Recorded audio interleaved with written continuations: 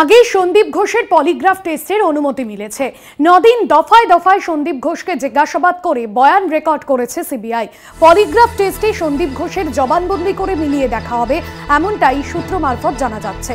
সন্দীপ ঘোষের পলিগ্রাফ টেস্টের ইতিমধ্যে অনুমতি দেওয়া হয়েছে আদালতের তরফে। সন্দীপ ঘোষ সহ আরো 4 জন চিকিৎসকের পলিগ্রাফ টেস্ট হবে। আগেই সন্দীপ ঘোষের পলিগ্রাফ টেস্টের অনুমতি মিলেছে। 9 দিন দফায় দফায় সন্দীপ ঘোষকে জিজ্ঞাসাবাদ করে বয়ান রেকর্ড করেছে সিবিআই আধিকারিকরা। অন্যদিকে 9ই আগস্ট রাতে যখন এই ঘটনা ঘটে, তারপর দিন থেকে আমরা দেখেছিলাম যে পড়ুয়াদের বিক্ষোভের মুখে পড়ে কার্যত নৈতিক দায় স্বীকার করে তিনি পদত্যাগ করেন এবং তারপর তাকে বদলি করা হয় ন্যাশনাল মেডিকেল কলেজে এবং পরবর্তীতে তার প্রভাবশালী তথ্য নিয়েও প্রশ্ন ওঠে এবং তারপর কলকাতা হাইকোর্টের নির্দেশে তাকে অনির্দিষ্টকালের জন্য ছুটিতে পাঠানো হয়। এবং পরবর্তীতে আমরা দেখেছিলাম যে পলিগ্রাফ টেস্টের যে অনুমতি, অর্থাৎ সন্দীপ ঘোষের যে বয়ান, সেই বয়ান কতটা সত্যি মধ্যে এই সমস্ত বিষয় যাচাই করা হবে এই টেস্টের মধ্যে দিয়ে। সত্যসুন্দর ভট্টাচার্য রয়েছেন আমাদের প্রতিনিধি। সত্যসুন্দর, পলিগ্রাফ টেস্ট কি আজ হবে বা এখনো পর্যন্ত পলিগ্রাফ টেস্ট কবে হবে, কি জানা যাচ্ছে এই সব নিয়ে?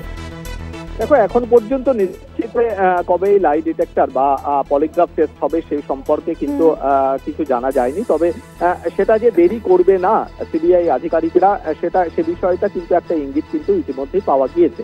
তার কারণ তারা কিন্তু যে অনুমতি ইতিমধ্যেই আদালতের কাছ থেকে নিয়েছে, তাতে কিন্তু এটা পরিষ্কার যে ইতিমধ্যে যে বয়ান তারা নথিভুক্ত করেছে সেই বয়ানে কিন্তু একাধিক অসঙ্গতি রয়েছে সঞ্জয় রায়। তা সেই অসঙ্গতি দূর করার জন্যই কিন্তু পলিগ্রাফ টেস্ট জরুরি, কেননা পলিগ্রাফ টেস্টের মাধ্যমেই আসল সত্যিটা উঠে আসে। এরকমটাই কিন্তু যে পলিগ্রাফ টেস্টের যে প্রক্রিয়া তাতে কিন্তু সেরকমটাই রয়েছে এবং সেখানে তার মানসিক এবং শারীরিক সুস্থিতি পরীক্ষা করার জন্য সেখানে যেরকম চিকিৎসক থাকবেন, পাশাপাশি একজন সায়েন্টিস্ট থাকবেন, বিশেষজ্ঞ থাকবেন এবং শুধু তাই নয়, সেই পলিগ্রাফ টেস্টের সময়কালে যে তদন্তকারী অফিসার ছিলেন, আধিকারিক ছিলেন, তার উপস্থিতিও কিন্তু সেখানে রয়েছে।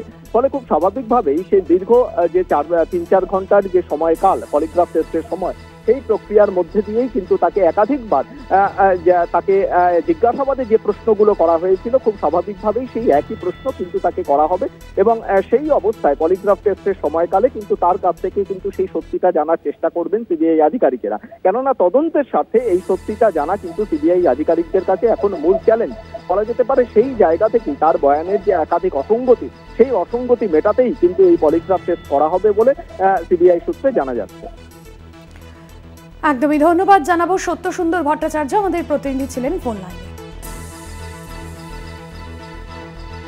9 দিন জিজ্ঞাসাবাদ করে বয়ান রেকর্ড করেছে সিবিআই। এবার সেই বয়ান কতটা সত্যি, কতটা মিথ্যে এবং কোনো কিছু এই বয়ানের মধ্যে দিয়ে লুকোচ্ছে কিনা সন্দীপ ঘোষ, পলিগ্রাফ টেস্টের মধ্যে দিয়ে এই সমস্ত বিষয় জানা যাবে। আগেই পলিগ্রাফ টেস্টের অনুমতি মিলেছে, 9 দিন ধরে জিজ্ঞাসাবাদ করে বয়ান রেকর্ড করেছে সিবিআই।